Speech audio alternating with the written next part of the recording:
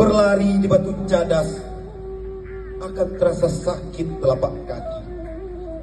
Tahan hujan, tahan panas, bentuk orang mencari rezeki.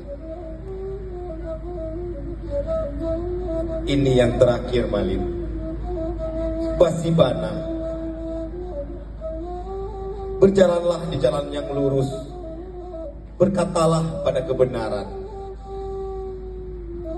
Pesan dan pitaruh dari mama.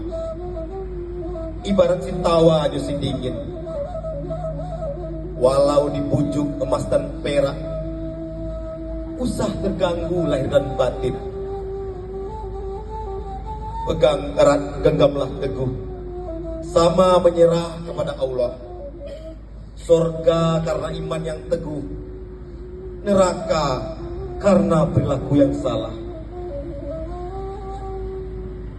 Malin, kau pahamkanlah tentang itu.